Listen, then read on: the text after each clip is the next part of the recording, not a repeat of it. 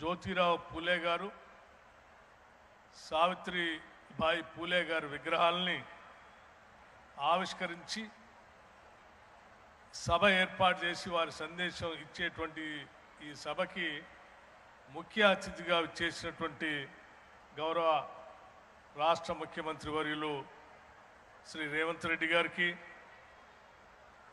గౌరవ రాష్ట్ర కాంగ్రెస్ కమిటీ అధ్యక్షులు శాసన మండలి సభ్యులు శ్రీ మహేష్ కుమార్ గౌడ్ గారికి, గౌరవ రాష్ట్ర మంత్రివర్యులు శ్రీ పొన్నం ప్రభాకర్ గారికి, గౌరవ రాష్ట్ర మంత్రివర్యులు శ్రీ శ్రీధర్ బాబు గారికి, గౌరవ రాష్ట్ర మంత్రివర్యులు శ్రీమతి కొండా సురేఖ గారికి, గౌరవ రాష్ట్ర మంత్రివర్యులు శ్రీ వాకిటి శ్రీహరి గారికి, గౌరవ రాష్ట్ర ప్రభుత్వ సలహాదారులు మాజీ రాష్ట్ర కాంగ్రెస్ కమిటీ అధ్యక్షులు శ్రీ వి హనుమంతరావు గారికి, గౌరవ రాష్ట్ర ప్రభుత్వ సలహాదారులు మాజీ పార్లమెంట్ సభ్యులు మాజీ రాష్ట్ర కాంగ్రెస్ కమిటీ అధ్యక్షులు శ్రీ కేశవరావు గారికి, ఆర్ కృష్ణయ్య గారికి, జాజుల శ్రీనివాస్ గారికి, అంజన్ కుమార్ యాదవ్ గారికి, గౌరవ పార్లమెంటు సభ్యులందరికీ, గౌరవ నా తోటి శాసనసభ్యులందరికీ, వేదిక మీద ఉన్నటువంటి వివిధ కార్పొరేషన్ల చైర్మన్లందరికీ, కార్యక్రమానికి ఇచ్చేసినటువంటి అనేక మంది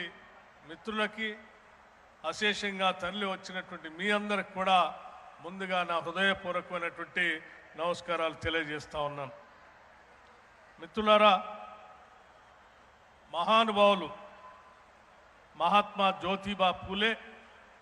సావిత్రి పూలే దంపతుల విగ్రహాలను ఆవిష్కరించుకోవటం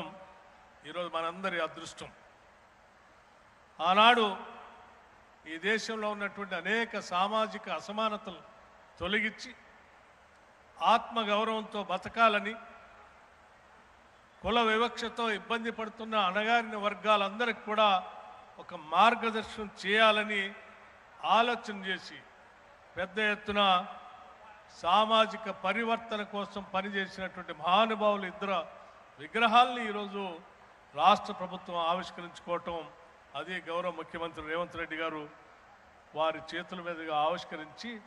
ఈ రాష్ట్రానికి ఒక సందేశాన్ని అందించారు. ఈ రాష్ట్రం బడుగు బలహీన వర్గాలకు సంబంధించి వారి ఆత్మగౌరవం కోసం నిత్యం ఆలోచన చేస్తుందని,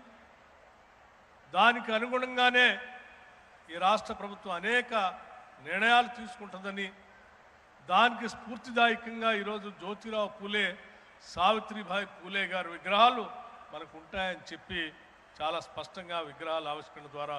వారు మనకు ఒక సందేశం ఇచ్చారు. మిత్రులారా, ఈ రాష్ట్ర ప్రభుత్వం, ప్రజాప్రభుత్వం, కాంగ్రెస్ ప్రభుత్వం కేవలం ఈ విగ్రహాలను ఆవిష్కరించడమే కాదు, వారి ఆలోచనలు అమలు చేయాలనేటువంటి లక్ష్యంతోనే దేశంలో ఏ రాష్ట్రంలో జరగనటువంటి కుల గణనని ఈ రాష్ట్రంలో చేసి దేశానికి ఆదర్శంగా బీసీల జనాభాని సైంటిఫిక్గా సర్వే చేసి ఈ దేశానికి శాసనసభలో ప్రవేశపెట్టి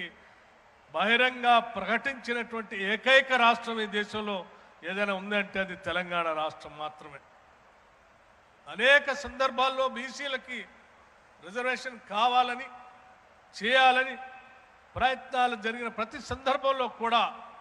న్యాయస్థానాలు కానీ మిగతా వివిధ రకాలైనటువంటి వ్యవస్థలు సైంటిఫిక్గా బీసీల కుల గణన జరిగినటువంటి సమాచారం ఉంటే తప్ప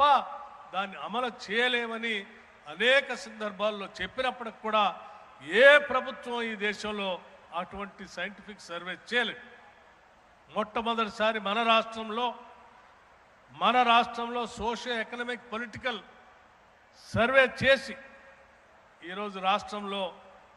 బలహీన వర్గాలు 56% ఉన్నాయని చెప్పి చాలా స్పష్టంగా దేశానికి అంకెలిచ్చి తద్వారా స్థానిక సంస్థల్లో రిజర్వేషన్లు కూడా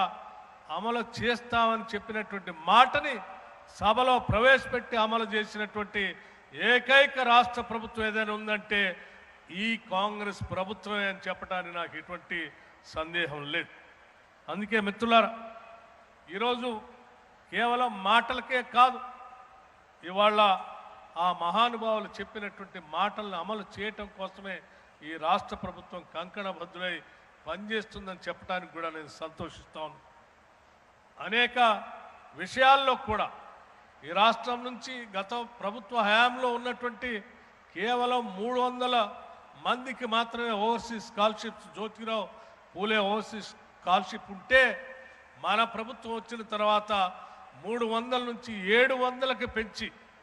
ఓవర్సీస్ స్కాలర్షిప్స్ జ్యోతిరావు పూలే గారి పేరు మీద ఈరోజు అమలు చేస్తూ ముందుకు పోతా ఉన్నాం. నా మిత్రులు ఆర్ కృష్ణయ్య గారు రాష్ట్రంలో ఉన్నటువంటి సంక్షేమ భవనాలన్నిటికీ కూడా బిల్డింగ్లు, సొంత భవనాలు నిర్మిస్తే బాగుంటుందని చెప్పారు. నిజమే, దాన్ని దృష్టిలో పెట్టుకునే రాష్ట్ర ముఖ్యమంత్రి ఆలోచన చేసి అనేక దశాబ్దాలు రాష్ట్రంలో ఉన్నటువంటి రెసిడెన్షియల్ స్కూల్స్కి వారికి పక్కా భవనాలు లేకపోతే కేవలం 1 సంవత్సర కాలంలోనే దాదాపు 100 స్కూళ్ళకి, రెసిడెన్షియల్ స్కూల్స్కి 100 స్కూల్స్కి ఇవాళ ఇంటిగ్రేటెడ్ రెసిడెన్షియల్ స్కూల్స్లో బిల్డింగ్లు శాంక్షన్ చేయడమే కాదు, ఒక్కొక్క బిల్డింగ్కి 200 కోట్ల రూపాయలు శాంక్షన్ చేసి 100 బిల్డింగ్లు ఈరోజు రాష్ట్రంలో కట్టిస్తున్నటువంటి విషయం మీ అందరికీ తెలియజెప్పాలన్నటువంటి ఆలోచనతోనే నేను మీ దృష్టికి తీసుకొని వస్తా ఉన్నాను. దశాబ్దాల పాటు 50-60 స్కూళ్ళు కట్టలే, కేవలం 1 సంవత్సరంలో 100 స్కూల్స్ కట్టి 100 హాస్టల్ భవనాలు కట్టి చేసి చూపించినటువంటి ప్రభుత్వం ఈనాటి కాంగ్రెస్ ప్రభుత్వం అని కూడా ఈ సందర్భంగా మీ అందరికీ నేను మనవి చేస్తా ఉన్నాను. అట్లాగే మిత్రుడు పొన్నం ప్రభాకర్ గారు చెప్పినట్టు ఈ రాష్ట్ర ప్రభుత్వం అధికారంలో రాగానే ఉన్నటువంటి రెసిడెన్షియల్ స్కూల్స్ సంబంధించి 40% డైట్ ఛార్జెస్ పెంచి, 200% కాస్మెటిక్ ఛార్జెస్ పెంచి, బలహీన వర్గాలకు రిజర్వేషన్లు ఇచ్చి, బలహీన వర్గాలకు సంబంధించిన సర్వే చేసి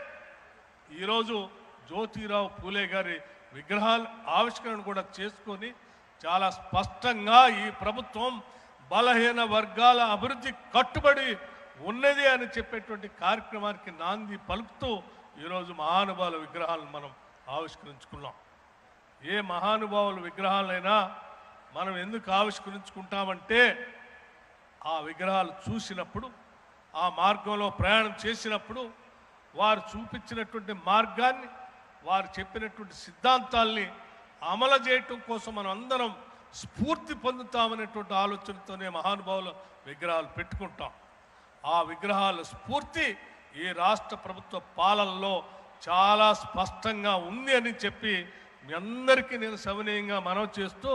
అటువంటి మహానుభావుల విగ్రహాల ఆవిష్కరణలో పాలు పంచుకునేటువంటి అవకాశం కలిగినందుకు సంతోషిస్తూ ఈ రాష్ట్ర ప్రభుత్వం తరఫు నుంచి మీ అందరికి కూడా మరొకసారి అభినందనలు తెలియజేస్తూ నేను ముగిస్తా ఉన్నాను. నమస్కారం. జై హింద్, జై తెలంగాణ.